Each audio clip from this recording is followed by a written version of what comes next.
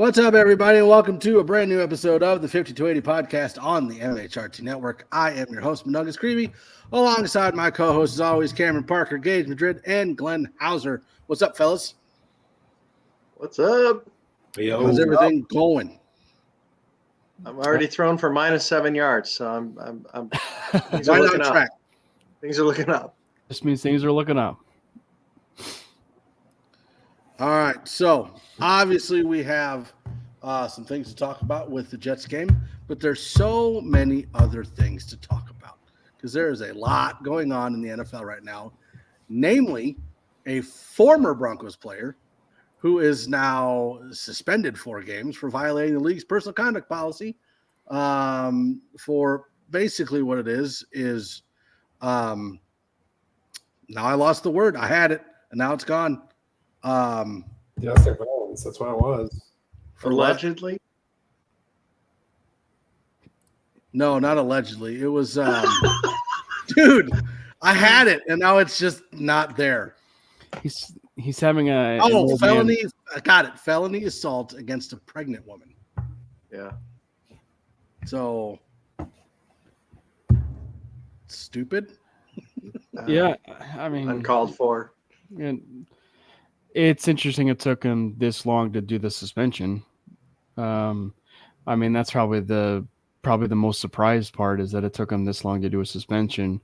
Because the more it doesn't happen, you're like, oh, they're just not going to suspend him, you know. And then obviously, it kind of also goes and puts into perspective, you know, the unfortunate nature of how they've been handling the Ray Rice situation. You know what I mean? Like, Ray Rice isn't really suspended. I mean, jokingly, you could say he's suspended now for, you know, a handful Rasheed of Rice.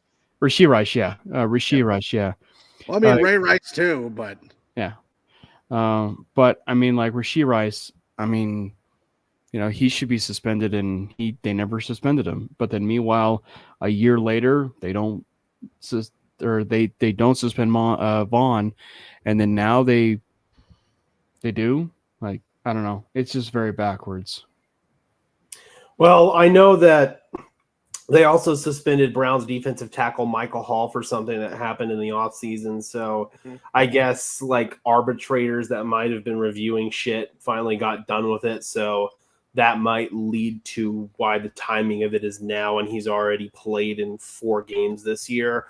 But not good, man. We already knew about this last year, and I said what I'm going to say now, that it's repulsive, it's disgusting, and I hope that Vaughn goes and gets some counseling. Quite frankly, he needs it. He needs anger management to control his rage to on the field. Let him be the dominant guy on the field, but don't let that come off the field, you know, especially towards your family, towards your girlfriend that you've been with for God knows how many years he's been with Megan now. I mean, shit, that's just something you can't have happen, man. You need to control your rage in those situations.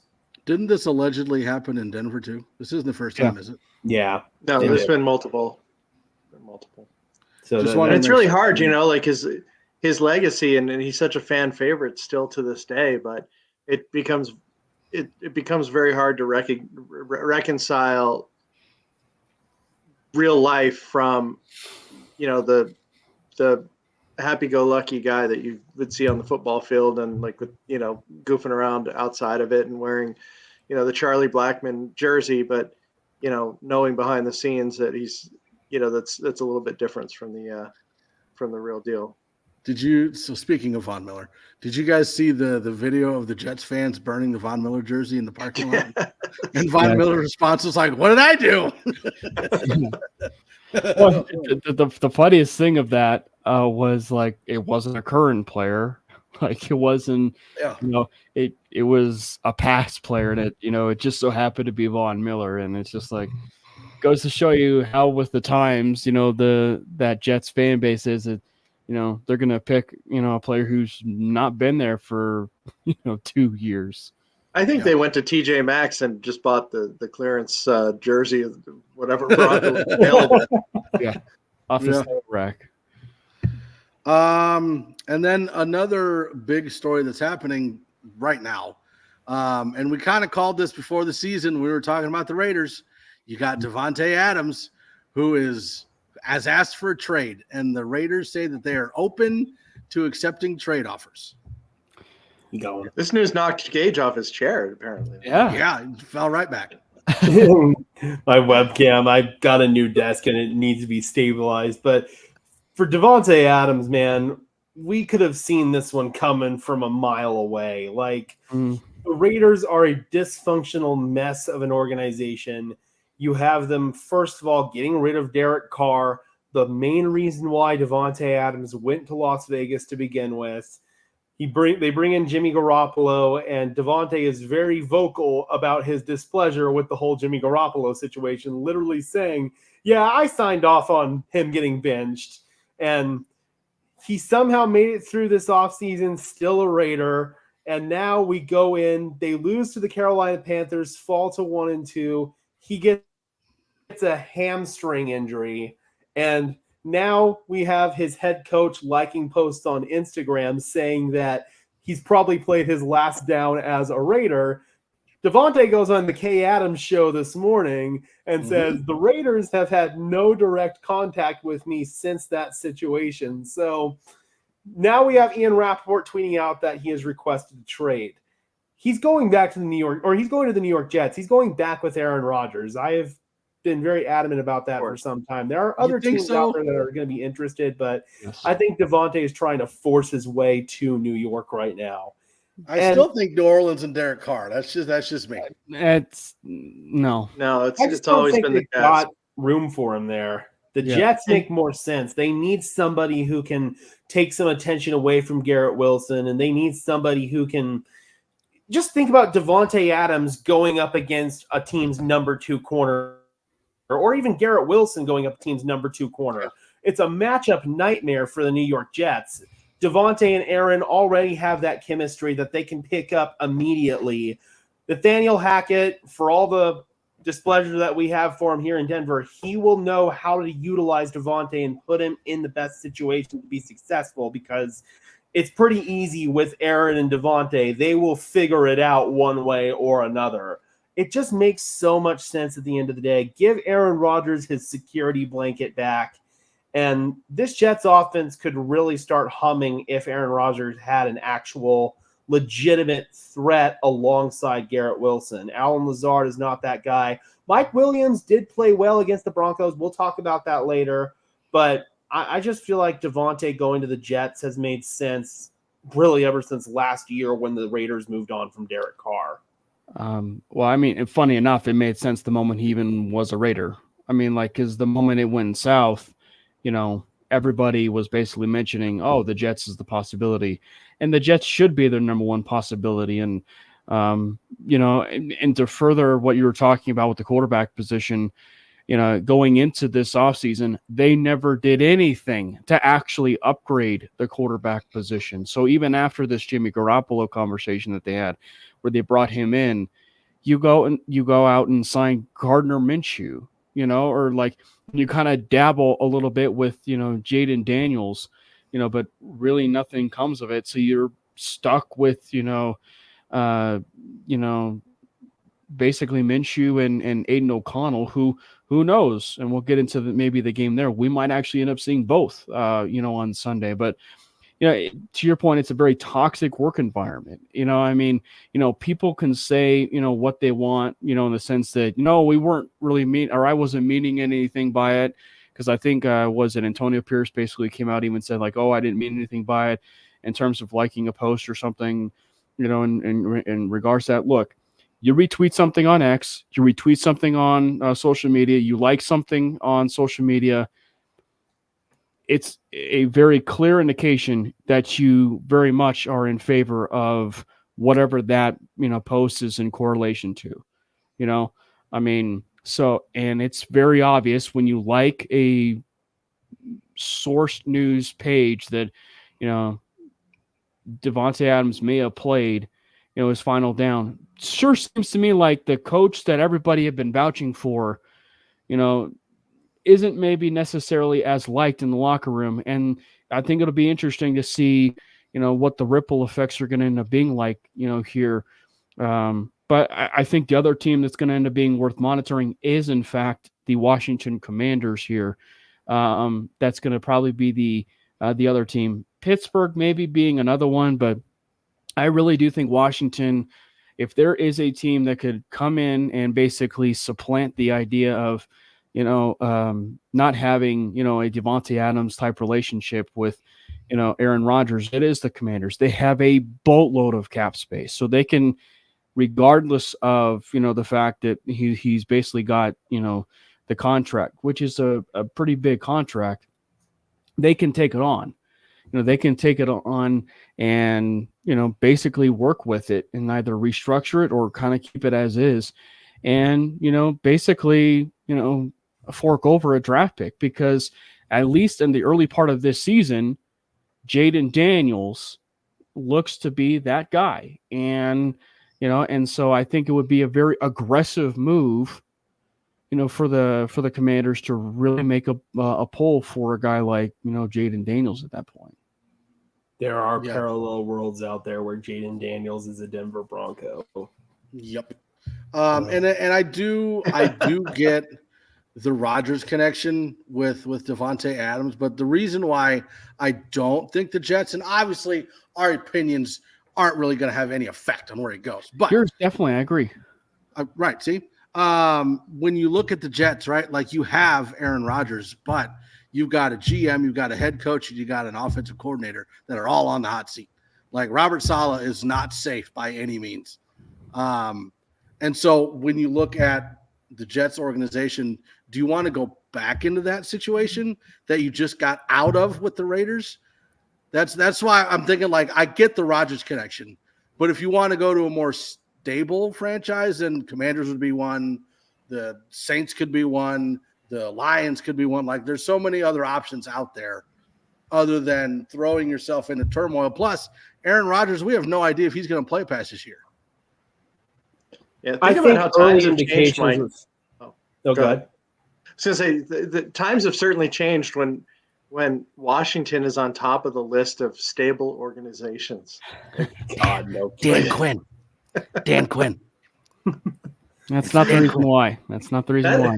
That's Dan Quinn. Mike, you do make a good point, though. I mean, it does seem like to be the obvious thing and bring the band back together, but that really hasn't worked too well in New York as of the present time. With the big glut of Green Bay personnel on the coaching staff and on the field. So you're right. Maybe he doesn't want that mayhem, and the Saints do sound pretty attractive since he was so upset. Yeah, that's not going to happen, Kamani, unfortunately. But maybe 3 or 4 first-round picks. We might be able to get him. Yeah. I am surprised that the highest pick they're looking to get, amongst others, is a second-round pick, though. Mm-hmm. I would have Unless thought it's he would have to commanded maybe a first-round pick. Me too. You think anybody would give up a first-round pick for him? Depends I would think the Jets would.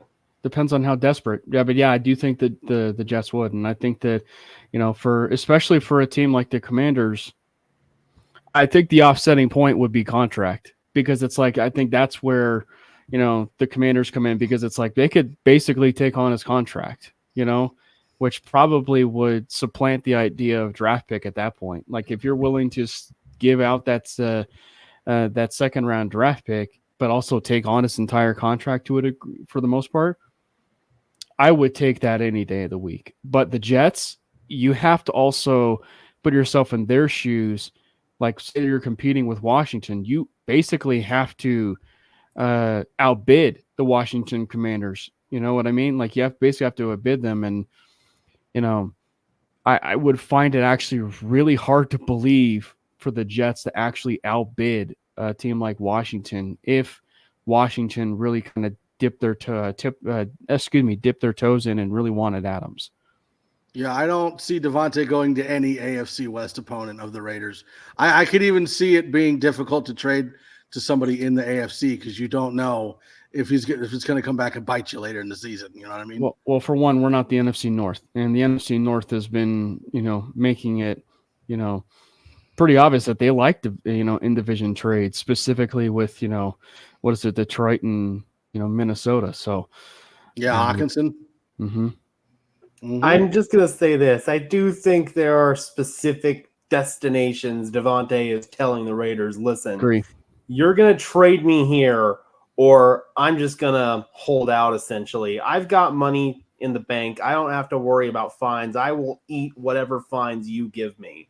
I'm done. I think he's made it clear that he is done playing for the Raiders. And the Commanders could make sense for certainly those financial reasons. And I think Devontae could look at the Commanders as an attractive option with Jaden Daniels and maybe more of a long-term option. But with the New York Jets, I think this year they are in full-blown F them picks mode. They are in full-blown try to put all their chips in the table or on the table right now in order to win a championship. And I think they might view Davante Adams as that piece that could get them over the hump. And I've seen some trade proposals for Davante Adams, for Hassan Reddick, and a third-round pick. I don't think they can trade. I have to look it up. I don't know if they can trade Hassan, though. I thought it was just they couldn't trade him back to the Eagles. Yeah, maybe that's what it was. But be a good way to offset it. For sure. I do have a thought though, and let me know if I'm way off base. You're off base. Hold on. I'm anticipating that you will be, but let me just do this right here. What about the Justin Jefferson, Davante Adams friendship? Would that have any say in maybe Minnesota trying to make a run at Davante? I don't know if Minnesota is willing to do that. I mean, they've got Jordan Addison. I think that they're very content with their wide receiving core. Yeah. I just don't think that would make a whole lot of sense. Not to mention, would you tie up $60 million in two receivers on one team? Right. Right. I don't know. Davante Adams and Justin Jefferson, would you? Well, and then I would. And then not to mention, they're already going to be entertaining a very fun offseason if Sam Darnold continues the trek that he's been, on. Meaning, I think, what is he, like 40 touchdowns and almost like 12 interceptions is like, that's where he's, trending toward this year. That's starting level quality money. And, so the Vikings have a very tough decision to make. And that's really the one that's going to be staring them in the face this offseason. I've seen a lot of people putting out lists of MVP candidates, and Sam Darnold's at the top of he should be. some. So let's say Sam Darnold wins MVP. What do you do? Keep him. You got to keep him. With JJ McCarthy behind him? Why not? I would assume you'd have to put a whole lot more money at Sam Darnold to keep him. Yeah. But you're paying JJ nothing, essentially. I mean, he's a first-year player, despite his first-round pick status. He's not breaking the bank. So if you combine the two salaries, that's not going to be much. And also they're saving a ton of money. I mean, what are the two of them combined making this year? Under $15 million? I think Sam's at 10. I would assume JJ's got to be under 5. So it's like, I don't think there's any risk in if he continues to do well. And even if he doesn't win MVP, I think you got to bring it back. I mean, if one thing that the Dolphins have taught us is that if you have a lousy top 2 quarterbacks, you are fucked. They are like, pardon my language, but my gosh, they are done done dead in the water. And I think the question is going to become how desperate they will be for a quarterback. For one, you got Justin Jefferson locked up. You also need to go as far as Justin Jefferson goes in terms of his, what he wants, because he is the franchise right now. So you really need to pick his brain and really ask him, what do you want? What direction do you want us to go for quarterback? We obviously drafted J.J. McCarthy, but what direction do you want us to go? And I think that because at that point, that's when you really start to understand the desperation of the Vikings, because if they are not, in air quotes, desperate enough, a team like Vegas, who should have drafted a quarterback, in this last cycle, very well can pony up and, pay Sam Darnold the starting caliber money, or even Miami can, and I think Miami would be a very fascinating team to follow there especially given the San Francisco ties with Darnold, and Mike McDaniel, and obviously the quarterback situation kind of in flux in Miami. So those teams could potentially move right in there and be like, okay, our Tua situation is certainly going to be worth monitoring as the season goes on, but they move on from him. Like, let's forecast a little bit. They move on from him. They will be desperate. Miami might actually end up being maybe one of the most desperate teams out there. So they very well could throw that money at Sam Darnold and be like, okay, you're the guy now. Let's, push over that money. So Minnesota's really does kind of find themselves in a bit of some tricky waters necessarily with that quarterback position. Yeah. I think Miami's actually going to have to go ahead, Gage. It's all about like the Brock Purdy and Trey Lance situation. As long as you get it right at the end of the day, people are not going to remember that Trey Lance was probably the biggest quarterback bust in NFL history, considering what San Francisco gave up for him, because Brock Purdy has panned out for him. They have found their franchise quarterback. If the Minnesota Vikings have found their franchise quarterback in Sam Darnold, then at the end of the day, nobody's going to remember J.J. McCarthy's there. If Sam Darnold turns into a franchise quarterback, then J.J. McCarthy could ultimately turn into draft capital for later on, or he could be a long-term development project. He was the youngest quarterback in that entire class. He's still a 21-year-old kid. So you could develop him for the next 3 years if you were to sign Sam Darnold to an extension. Let Sam play that extension out, at least 2 years of it.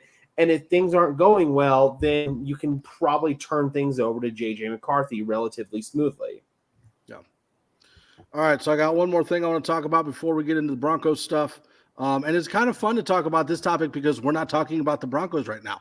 Like, we've talked about the Broncos and the head coach and hot seats and who's getting fired. We don't have to deal with that right now. And It's kind of nice. But I've got Saleh, I've got Eberflus, I've got McCarthy and Sirianni that are on hot seats right now. Is there anybody else that I'm missing? I think you always have to throw his name in the ring, and that would be Mark McCarthy. I said McCarthy. But I mean, I'm just kind of like emphasizing it. I think you got to continue putting him in the ring. You just don't know what's going to, come out of that whole situation. So, but I think that those are, somewhat, spot on. I don't know. I don't know what the situation, will end up being. Because I think that, there have been cases where first-year head coaches have been fired. And I think that you said Doug Peterson, right? No, I said yeah, he's top of the list. Right, he's totally on the hot seat. Yeah. Saleh, Eberflus, McCarthy, and Sirianni for the Eagles. Because I would think that Doug Peterson would be another one that you want to, throw up in there.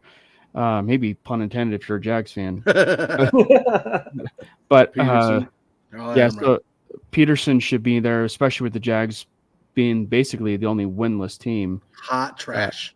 But Sirianni, certainly Eberflus. I don't see any major changes with what you have there. Antonio, I've got a hot take one, and it's a first-year coach who has shown me no reason for promise. He has shown immaturity. They won last night. There's a hint, but they have shown me no reason for optimism, and that is the Tennessee Titans with Brian Callahan. I wanted to say Brian Callahan, but I was, Bro, dude. First of all, you've got him throwing his players publicly under the bus. Everybody knows that if you're going to rip a player, you rip him in the meeting room, you rip him in your office, you don't rip him at your press conference. And multiple occasions, he was ripping Will Levis. And schematically, I'm not impressed with what I'm seeing. It's very bland. It's very vanilla. I don't know if that's because of his quarterback situation, but it's not showing a lot of promise. I don't think Brian Callahan is head coaching material. I don't. Something about a Callahan creating a toxic environment for a football team. You stop it. I think he should go back to selling brake pads with his cousin Tommy. But yeah, that's a good one. He's got that one. I mean, that's a deep cut, I guess. But another thing too is you got to look at you mentioned McCarthy, you mentioned Tennessee, and anyone that watched the Baltimore Ravens and Derrick Henry running like a man gone wild, knocking a guy out of the game with a concussion with his leg, like his quad knocks people out, running over 20 miles an hour. And the Ravens get him for 2 years, $16 million. Like, how did the Tennessee Titans not fight to retain this guy? How did the Dallas Cowboys not throw $20 million at him after they gave an injured Tony Pollard, a huge contract the year before? It just makes absolutely zero sense. And these Jerry are the couldn't things afford it. He would be the first one to tell you. Yeah. What's that? Jerry couldn't afford it. He'd be the first one to tell you. Right. And then he's throwing out all this other money at these guys. But it just is. It's I think Peterson is gone. The way he blamed the players, as well in his press conference, and it was essentially the Giselle Tom can't throw and catch the pass at the same time. It's right. It's I think he's gone midseason. But I can't believe McCarthy even retained his job and Belichick didn't take over this year, quite honestly. I actually have another one. I don't know if you had that on the list, but Zach Taylor. That would be one. Really? Yeah. I actually would throw Zach Taylor in that. At least from where things sit, 4 games into the season. The Bengals don't look great at all right now. Burrow, to call it for what it is kind of declining right now in 4 games of the season, and and it's their entire offense right now is basically Jamar Chase, and Taylor is a phenomenal offensive mind, but there's just something clicking right now, and obviously they've had some injuries, and it's not exactly been adding up, for Cincinnati, but Zach Taylor certainly would be one. That I would file away for, possibly, being let go. That would be a case where I don't think he would be fired, mid-season or, almost like Black Friday, what they do in college. But I think that, Taylor for sure would be one that, at the end of the season may get the pink slip. Yeah, the Titans did all that positivity to get after Mike Vrabel, and this is what you hired after Vrabel? Yep. Yeah. And then I've got also Mike McDaniel. I think that right now the Dolphins' play calling has been absolutely atrocious. They're at a point where you're probably going to end up 1-5 by the time Tua Tagovailoa comes back. And even with Tua against the Buffalo Bills, things were not looking promising. Talking to the host of Miami Dolphins Syndicate, it really looks like Mike McDaniel could be on the hot seat this year. They obviously completely bellied up at the end of last year with the playoff loss in Kansas City. They collapsed down the stretch in the season, had an ugly loss to Baltimore.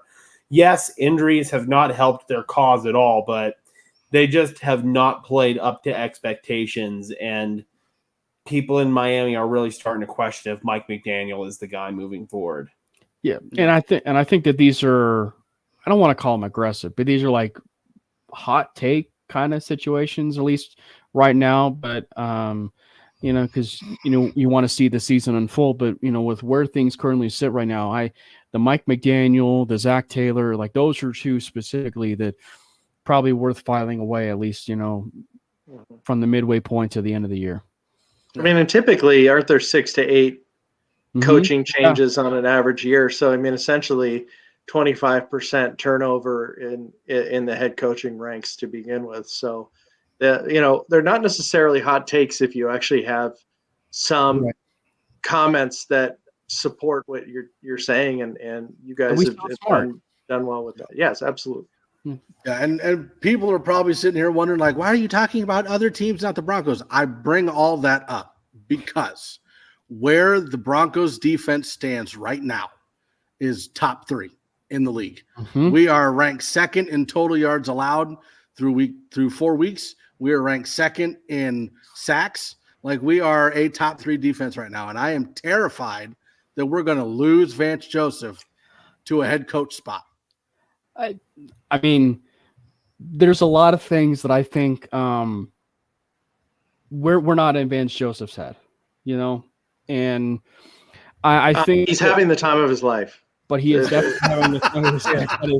That is one thing you can definitely say. He is having the time of his life. I think that for Vance, it's really just what Vance wants. And actually, just real quick, I don't think that it really is going to matter if Vance Joseph leaves because Jim Leonard is doing such a fantastic No kidding. job. Mother. That Jim Leonard is doing such a phenomenal job with that secondary that the moment that we even said it ourselves, right? The moment that when Leonard was brought on, he felt like kind of the DC in waiting. So I'm not overly worried, and especially with how the secondary is. But I think from Vance's side of things, it's ultimately what he wants, and I think that, at the for him and for his, feeling, does he really deep down want to be a head coach again? Because I think that it's going to be, worth watching, especially with under Sean Payton is, could we be looking at a situation that is going to be transpiring just like Dennis Allen under Sean Payton, but this time with Vance Joseph? Because to Vance Joseph, and I'm only speculating, but to Vance Joseph being a defensive coordinator, I should say a coach again, and succeeding at the highest level, to him, he could see that as this is a dream job for me, and I'm coaching my butt off, and so therefore I don't want to be a head coach again. I love what I'm doing. I love being, the defensive coordinator for the Broncos, for the team that I almost grew up rooting for really on a regular basis. Going to CU, and so I think that it's very much it is very much a situation that I think is going to bear watching. That does he really want to be a head coach again, and does he really feel very comfortable with where he's at as a DC? Yeah, I just saw the Wade Phillips comment. I think that is a very fair assessment. I also think that maybe he'd want to be like the Steve Spagnuolo to Sean Payton's Andy Reid. Mm-hmm. Steve Spagnuolo was a head coach before, and he was with kind of a dysfunctional organization in the Rams. When Vance Joseph was the head coach of the Broncos, front office wise, they were an absolute fucking mess. So for Vance, it's probably like, okay, do I want to just stay in a stable situation here in Denver where I'm having success, like you said, Cam, or do I want to potentially go take over for a head coaching spot for a team that just fired their head coach?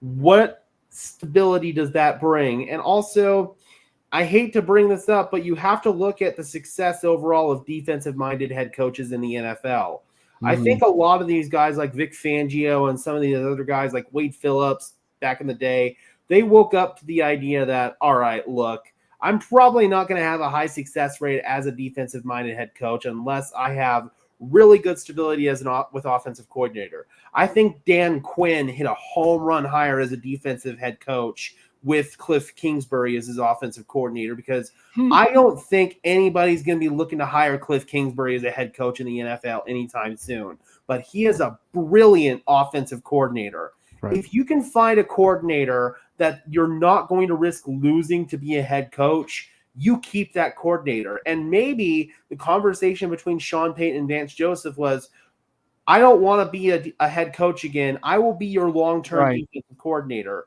I think, you look at Sean Payton's early years in New Orleans where he had turnover galore at defensive coordinator, and finally he found some stability in Dennis Allen. Right. I think Sean could look at it as a very similar situation to that. Well, and funny. I was going to say another thing too is, there are two main reasons I believe that somebody wants to be a head coach, and that's ego and control, and also the money that goes along with it. That's right. And I don't know about Vance's ego. He doesn't seem to be a control freak that, but that really remains behind the scenes. But one of the nice things about coaching staffs is that they are not subject to the cap.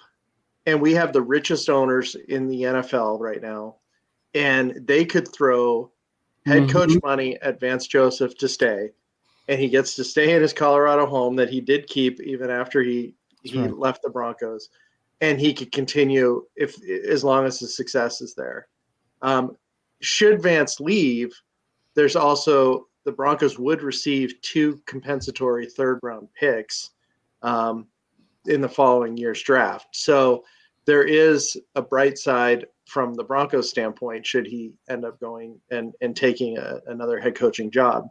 But I did want to read one tweet real quick that Henry Chisholm put out. Henry from DNVR does a great job. The Broncos have cracked the code up front. Denver's defeating blocks at an absurd rate. They're first in pass rush win rate and 5th in run block win rate in the NFL per ESPN. Vance Joseph is creating one-on-ones by rushing 5 or more players more often than anybody else in the NFL. He's almost like Brian Flores' twin. And I think that, therein lies where it's going to be a bit interesting because, and you also hate having these kind of conversations too, because Vance Joseph is just a little bit older, right? Vance is just a little bit older. But Brian Flores is just a bit younger. And I think that that's also something that maybe teams might also be factoring here is that why would we want to get a Vance Joseph who's a bit older when we can get maybe the younger version of this and we can actually have him, groom this entire unit once again and be that head coach again.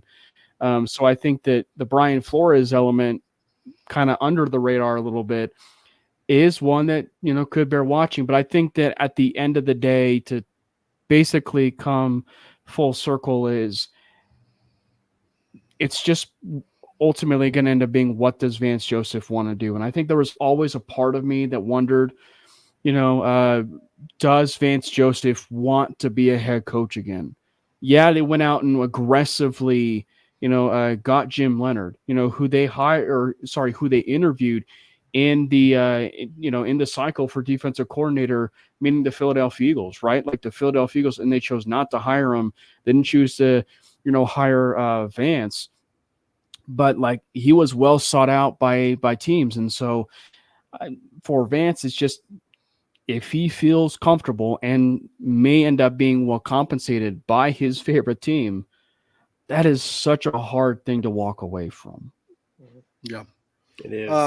So we say all that to go into the Jets game where everything was defense. There was literally no offense or negative offense in the first half. Broncos defense started off the game immediately with a sack. Ended up having 5 sacks throughout the game. Fumble recovery, and it was just a defensive slugfest the entire game. And 5 sacks against Aaron Rodgers is like 15 sacks against anyone else because he does not get sacked, and it was just a barrage. It was an incredible afternoon, and thankfully the defense kept us in it. I think the thing that was the most impressive, and obviously sacks are a glorified stat. That's been well documented, but that what the Broncos were able to do with pressures and QB hits and sacks, what they did against Aaron Rodgers was not a fluke for what they did against Baker Mayfield. Because they sacked him 7 times. They sacked Baker Mayfield 7 times. And then you go out and you back it up with another dominant defensive performance. And, look, this could end up being an evergreen comment from, the show here on out till the end of the year. This defensive line is something else, man. They are having bodies galore with their, Jonathan Cooper, Nick Benito, and from the inside with, Pro Football Focus's enemy number 1, Zach Allen, and in the inside, along with DJ Jones and Don Franklin Myers and, Malcolm Roach. And then obviously Jordan Jackson being thrown into the fire for just some small snaps here and there. Where this defensive line is at is actually, I'd argue, almost a better situation than what they were in 2015 from a defensive line perspective, because they have absolute monsters on that middle. What made the defensive line so great was led by Malik Jackson and Derek Wolfe with Sylvester Williams, but like there's far more bodies that this Broncos team has up front defensively that you could roll up anybody, and Vance Joseph's going to have them get to the quarterback. And I think that you could argue we actually saw a much better play from just one game from the linebacker side of things, where Cody Barton was filling in the A gaps way better than Alex Singleton is in the running game. And obviously we know that he's a better coverage linebacker than Alex Singleton. Justin Strnad comes in, a special teamer, absolutely earned the right for more playing time, comes in and stacks Rodgers on the very first play. I mean, it's just, he's got this unit just in a major symbiotic relationship with one another. And just, it's starting to really just, you're starting to reap the benefits of what this whole entire defense is. And I think to a certain degree, the secondary is doing its job for sure. Like they're playing at an all-pro level, but because of how good that defensive line is playing, you're also seeing how good that secondary is with guys like Brandon Jones and Riley Moss and, PS2. And I think the one impressive thing, and this has been one of our gripes with Vance Joseph in the past when he's been a head coach or, defensive coordinators in the past, we are finally getting the chance to see what, we have been clamoring for the longest time. And that is have PS2 lock down the entire field of where that number one wide receiver is. And Vance finally is starting to be, arrogant enough to say, PS2, I want you to follow that number one wide receiver all across the field and eliminate him. And then at that moment, we'll work with the rest. And they are.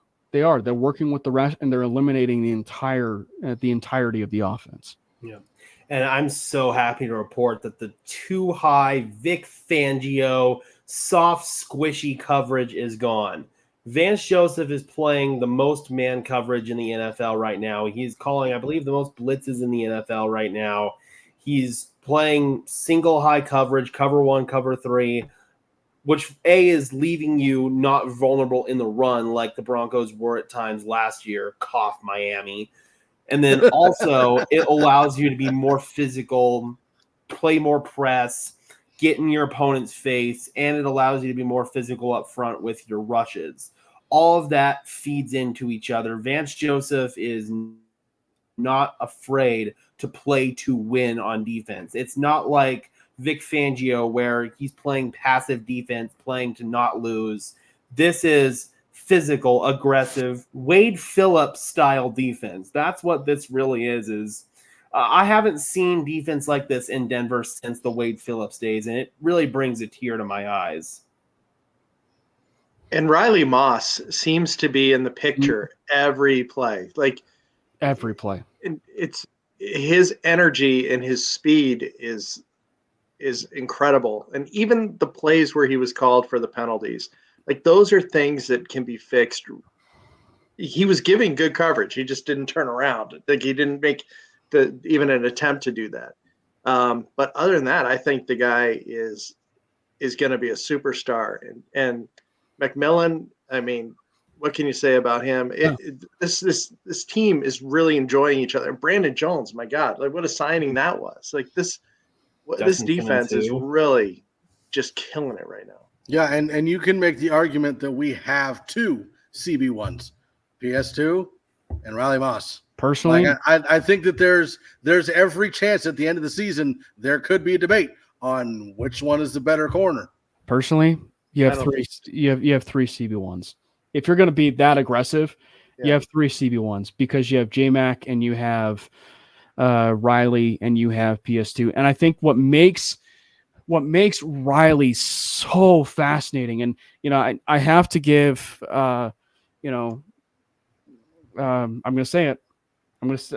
You got to give flowers, to Riley Moss, but I just think that he is to Riley Moss, but specifically Mike Sanford, and when he had the conversation with me, because I really liked Cooper Jean coming out of college. He was the first person that said to me, Cooper DeJean is the better athlete. Riley Moss is the better corner. And you are starting to see why. He's got that attitude and that dog that he's going to fight for every single play. He's an instinctual tackler. He's got great size. I think we have to remember that. He's got great size. And so like he's willing to do the dirty work on a lot of plays. And I think that a lot of that really stems from his play in Iowa. And I think that because of the offense not exactly hitting its footing just yet. They had a really good game against Tampa Bay. And I think that you will see the offense get to the point where they start to, stacking days and everything. But but just the fact that, they're basically picking up the slack, I think is also reinvigorating Riley to be like, oh, I'm back in college again. Like I'm almost back in Iowa. Like where like, this is the team that I basically, grew up, playing in college. So I think that, it's been very easy for him, and you could not have asked for a better 4 weeks from Riley. And so much so that like, he's basically everything that you would have wanted Damari Mathis to finish the season with, to carry on into the regular season, you are absolutely seeing with Riley. And I'm hoping that it can continue for the entirety of the season, because right now he is playing at a much, much higher clip than what Damari was, from, I think it was the end of 2022, and he played really well. I mean, you see, he's so sticky in man coverage. He is with you step for step. In zone, he comes downhill immediately, makes the tackle, doesn't allow the receivers to get yards after the catch. That is really impressive stuff. He's instinctual. He's able to read the play out and be decisive. He doesn't second guess himself. You can tell he's not really thinking out there. He's just playing free, playing aggressive, playing physical. And when you have a corner like that, especially your cornerback too, when you have a guy like Pat Surtain on the other side, it makes you feel really good. And then, of course, Jaquan McMillan in the slot to top it all off. This is the best cornerback play that we have seen in the Mile High City since Chris Harris Jr., Keith Tlaib, and Bradley Roby. Yeah. So you got the Broncos defense carrying the team once again to a 10-9 victory over the Jets. 2 missed field goals is why the score is the way it was. I was jumping out of my seat on that last miss by the Jets. That was incredible. But it was basically hurricane conditions up in New York. Like it was, when we say raining, it was raining bad. Bo Nix ended up with 60 passing yards, all of them to Cortland Sutton. The other 9 catches were from all the other wide receivers, 0 yards. Yeah. Absolutely nothing. That is combined. And we saw a little bit of resurgence from Javonte Williams.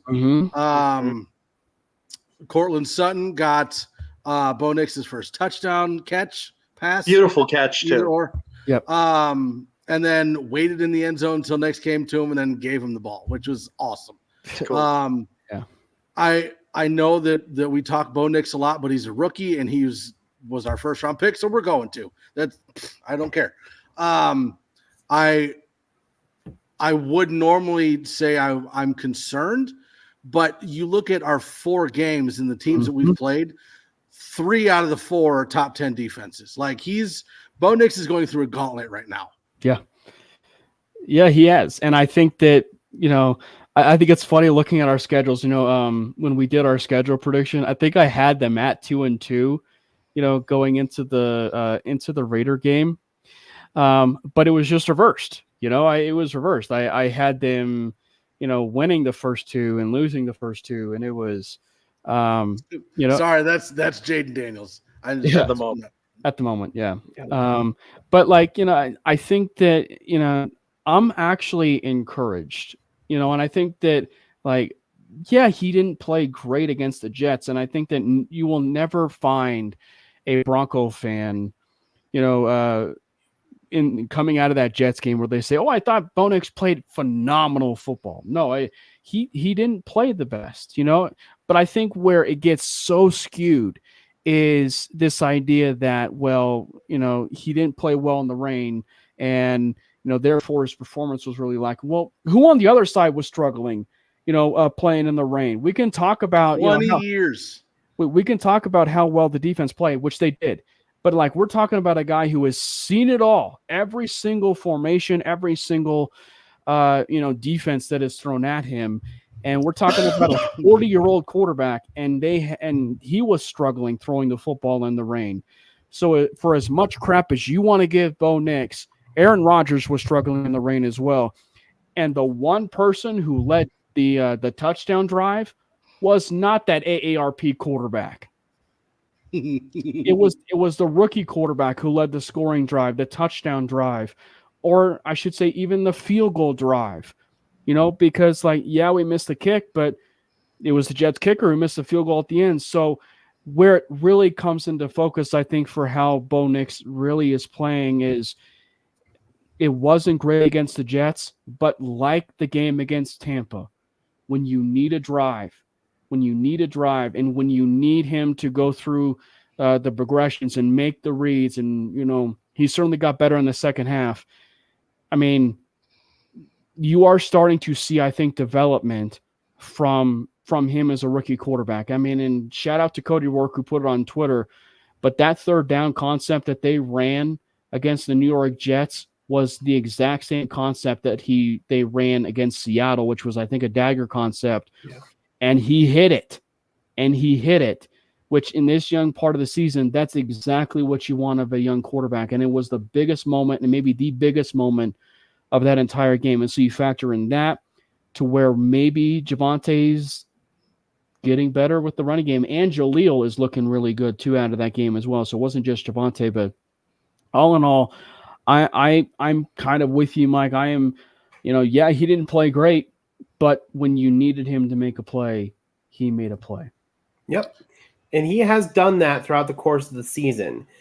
He did rally in that Seattle game. He got in a rhythm, started to play better in the second half. And I feel like if he would have gotten a chance to touch the ball there in the end, he might have made something happen, could have put the Broncos in a position to win that game. Pittsburgh, he led them down the field, threw the interception in the end zone. That was a bad decision, but we still saw them move the ball in the second half of that Pittsburgh game. Tampa Bay, they were playing with the lead the whole game. That was easily the cleanest operation.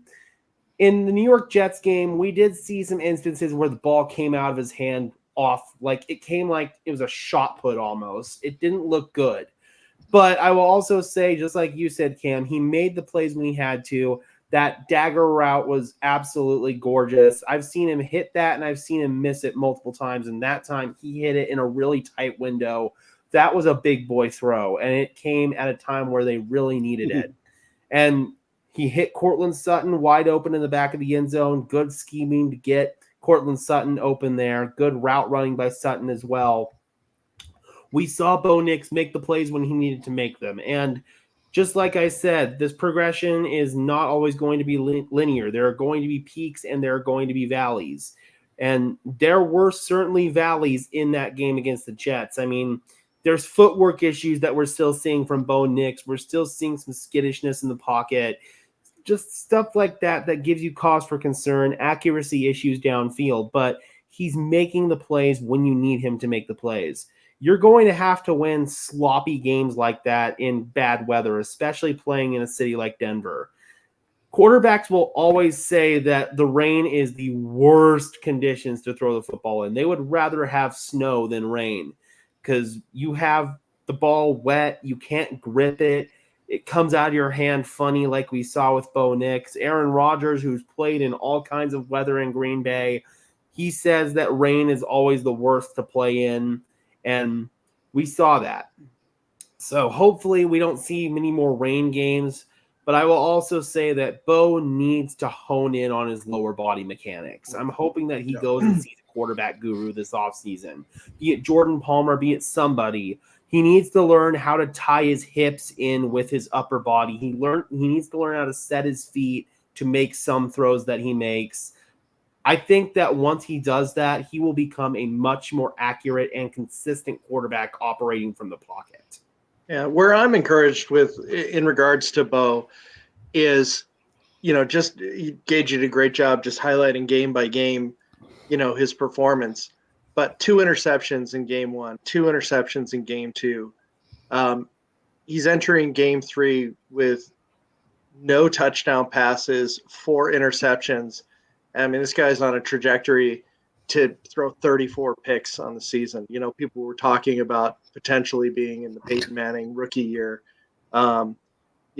statistic that no rookie quarterback wants. But what's happened the last 2 weeks and 2 wins, regardless of what the Jets one looked like, is that not only did he get his first touchdown pass, he's not thrown an interception in either of those 2 games, and he's not taken a sack in either of those 2 games. Yeah. So that's not only a testament to him, it's a testament to this offensive line that's playing, especially in those conditions, a remarkable game. But that's where I'm getting jazzed about it. In this team, I had them at 3-1. I had them losing, winning the first 2, losing Tampa and winning at the Jets. But to be 2-2 at this point, after the start that we had, already with 3 games on the road under our belt, I mean, the confidence level is high. We're going home against the Raiders. It's a throwback game. The fans are going to be out of control. They're honoring the 77 season. They're inducting Riley Odoms and Steve Foley. I almost said Watson. Steve Foley into the Ring of Fame. Trying to talk it into existence. I mean, it's just going to be a very special game against the most hated rival, and I mean, that's a winnable game. So then all of a sudden you're 3-2. Then you play the Chargers. The Chargers have been vulnerable. Dobbins has fallen off quite a bit. Herbert, who knows what his health is at this moment. I mean, they could conceivably be 4-2 after starting in the way that they did, and the confidence level. Look at Club Dub. I love the fact that they're able to go live. I'm surprised a little bit, but yeah, this team really likes each other, I think, too. Yeah. So that's where I'm encouraged. All those points. Well, that's one thing I was going to say about when you're talking about Pierce liking that Instagram comment. Like, liking something on social media is like going live on Instagram. Like, it takes many different levels to get that thing to go. Right. But we talked about the defense and how basically everybody on the defense was a standout at that game. On offense, you got Cortland Sutton stepping up, you got Javonte Williams stepping up, and Alex Palczewski. Yep. Loved it. Keep him. Yeah. Well, I mean, they will forever. They will keep him. It's going to be, worth watching and worth, monitoring this whole stretch with Mike McGlinchey out. I think it's something that we've mentioned, I want to say was last week, but I just think that, like, the more this progresses, in the direction based off of 2 games that it's headed, I mean, I think that, you need to enter a conversation of you keep him at right tackle, and you have a very, very hard conversation with your 2 starting tackles. One, maybe you have the conversation about moving on from, and that's Garrett Bowles at the trade deadline, and then you consider moving Mike McGlinchey to left tackle, maybe after the trade deadline. And I think that's something that also wouldn't not shock me is if Mike McGlinchey is not injured, but what they do, given the stability at tackle, they push him forward and just do a season-long IR for Mike McGlinchey, have him be fully healthy, and then they move on from Garrett Bowles after the year, and then you have a full off season, where you can get a chance to really have McGlinchey be accustomed to left tackle once again. Now, I say once again because he hasn't played left tackle since college. But that's, I think, the best case scenario for you. It saves you money. Bowles is off your books. I mean, and you get a chance to groom your right tackle of Palczewski, who's I don't like, mixing something up and breaking something that, you want to fix. So if it ain't broke, don't fix it. So see, what I'm feeling is a Bowles trade to the Raiders for Adams. They They must Who really says hate Alex. no? We know how much they love their tackles. It took Alex Leatherwood in the first round. Why not? That would be hilarious. Pull up Sherry's comment if you could. Which one? The first one? Because I was going to pull that one up first. Oh, I'm feeling okay. a Bo coming out party, and then wow. I went to a Jets chat room.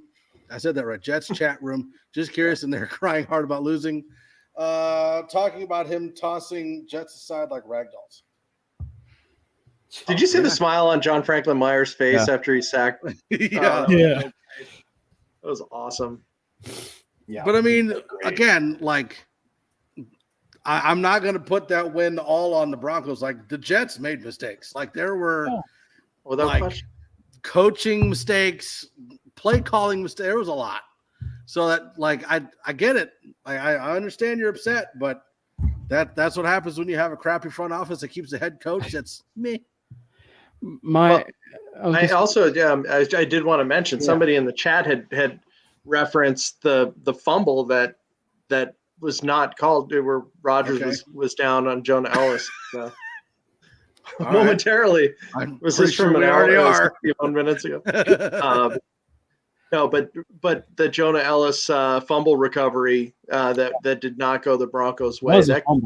It did end up being a fumble. It was. It was. But there's another situation where that would have been returned for 6 points or 7 points. 17-9. Yeah. Yep. Well, and I think that the biggest thing for me from and you guys know I like the mental side of the game as well, but I think that specifically for a young team, they won. I mean, they didn't just win a matchup that they've always had with the New York Jets the last 4 years. They won a game they never would have won in 8 years. They never would have won that game in 8 years. Russell Wilson never would have won that game, and neither of the quarterbacks that they had previously since Peyton Manning would have won that game. I mean, so the fact that they were able to rally around their rookie quarterback and play really well on both the defensive side of the ball and some contributors here and there, I thought, really speaks volumes to where the character of this football team is. So that's really, I think, the most important and like the biggest takeaway for me is that they don't win that game 8 years ago. And they were finally able to win a game that they've always had with the New York Jets, where something finally, the dam broke, and they won the game that has been on their back the last 3 or 4 years with the New York Jets. Yeah, I mean, shoot, you got Russell Wilson who can't even beat out Justin Fields. So, listen, he's healthy. I don't care what you say. He's healthy. He's the backup, and credit to where it's due with Mike Tomlin. I saw this tweet out there. I don't remember who was that tweeted out. He has done a great job managing this PR nightmare with Russell Wilson. He has essentially quietly benched him and made him the backup quarterback now without creating a media circus around it. I mean, he was using terms like pole position. He never called him the starter. He's never currently our starter. He's in pole position. Yeah, just trade him to the Dolphins and get it over with. It's not like they'd get any better with Russell Wilson on there. They would actually. Probably not. Well, they got Tyler Huntley starting now. Get it right, Pro Bowl quarterback. Sorry. Yeah. Ravens legend. There we go. All right, so we've talked about NFL news. We've talked about the Broncos-Jets game. Let's kind of guess on the Raiders game, and then we'll get out of here. I personally think that it's going to be an absolute slaughterhouse because the Raiders' offense sucks, and Devontae Adams is their only weapon, and he doesn't want to play. And you got the Broncos with the top 3 defense. I think it's going to be 34-14. Broncos. Ooh. That's right. I think we also need to kind of come back to just a little bit. No, we don't. In the sense that, like, this is still a team we haven't broken the streak with, and there's a lot of emotions that are going to be riding high with this game, from the Raiders side of things to the Broncos side of things. I do think that the Broncos come out on top, but I think that the matchup to watch is going to end up being Max Crosby. I would venture to guess Crosby is going to play, but that is the matchup that's going to be watching, because obviously he's going to end up being the best player on the field. Everything I heard is that he's not going to play. I think apparently he came out on his podcast either today or a day ago and said that he plans to play against the Broncos. But that's the matchup for me. If Palczewski is able to really neutralize, Crosby, which, oh, by the way, for as much as McGlinchey's actually been really good this year in the early part of this year, the one of the few people who have actually gotten to McGlinchey is Max Crosby. So that is something to kind of file away. So maybe it's a good thing that, McGlinchey's not exactly out there. But I just think that, if they're able to create turnovers, once again, win the turnover battle, and establish that running game. And I actually do think we see a much, much better Bo performance in this game. Raiders defense is putrid. I mean, Crosby can come back all they want, but and I have to laugh because, here I am, I'm driving to work on, I don't know, like a month ago, and a Raiders fan is calling in to Sirius XM NFL radio, and he's talking about how good this defense is and how this defense is got to be top 10 in the National Football League.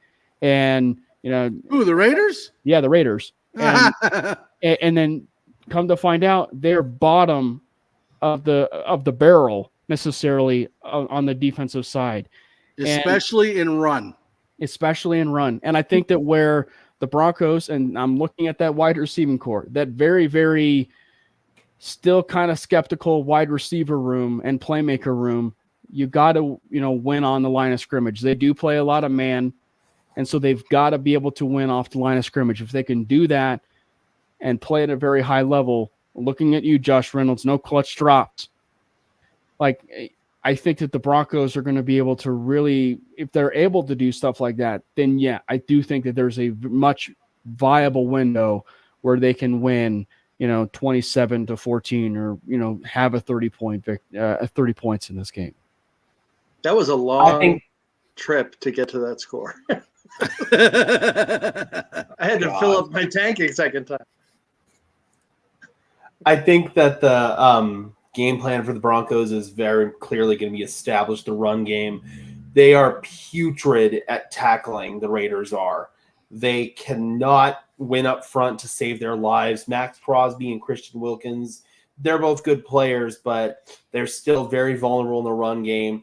They have a good pass rush with Crosby and Wilkins, but their secondary sucks. This defense has got a lot of question marks. I think that Bo Nix should hopefully be able to establish a little bit more of a rhythm in the passing game, get comfortable, be able to get some easy completions, especially early on, and hopefully come out attacking just like the Tampa Bay Buccaneers game. Get the lead early on and don't lose it. That's going to be a key to winning this game. I also feel like the Broncos defense, if they can continue to play with their hair on fire, get some more turnovers, shut things down up front, prevent the Raiders from being able to run the football, and make Gardner Minshew beat you with his arm, then whoever's quarterback, the Raiders could have a really miserable day out there. So I've got the Denver Broncos winning this game. I've got them winning 17-10. I think that the Raiders are going to really struggle to generate offense. I do think the Broncos will get into a little bit more of a rhythm offensively, but do I think they're going to reach the 20-point threshold? I don't know yet. See, I think I'm going to be generous with the Raiders side to this as far as their scoring, but this is going to be the first game that the Broncos exceed 30 points this year. And Gage took a Broncos are going to win 37-17. Bo Nix is going to have a field day out there. He's going to have 2 passing touchdowns. He's going to run in for one in front of the fans. And Javonte Williams will have a touchdown on the ground. So 2 passing and 2 rushing touchdowns for the Broncos. Will Lutz will redeem himself after that miss at the end of the game the other day and get three 3 field goals. Defense, again, is going to put the Broncos in a great position to score. And that's why they're going to be able to score so many points. You know what is funny? The way that Bo Nix has played this year does kind of set up to where, I don't know if it's this game or, whatever, but the way that he's playing, it does kind of set up to where we could see a 4-touchdown game or a 5-touchdown game from Bo, at some point. And I'm saying 5 touchdowns in the sense like 3 passing and 2 rushing, because like of how athletic he is as of a player. So it does kind of feel like it's moving in a direction where you could see a 5-touchdown game from him. Yeah. All right. So that is about going to do it for us. We've been, like an hour and 10 minutes. It's been fun. And most of that wasn't even on the Broncos. Kind of cool. But yeah, it's been absolutely fun. Make sure you check out all the other shows on the network, as well as the Orange and Blue network that we are partnering with. We got shows on Tuesday, Wednesday, Thursday, Friday, and then the neighborhood and the pregame, postgame shows on game days. So make sure you check all that out. If you don't want to subscribe, that's fine. At least give us a like. It takes a millisecond. Doesn't cost you anything. Just go ahead and hit that thumbs up button, and we would greatly appreciate it. We love you guys. We love the Broncos. We love Broncos country, and we will see you guys next week. Peace out. Fast lane when I pass in the street, bag of money in the passenger seat. Simcoe's been asking for me on the road from the west to the east. Way up, I might never come down 'cause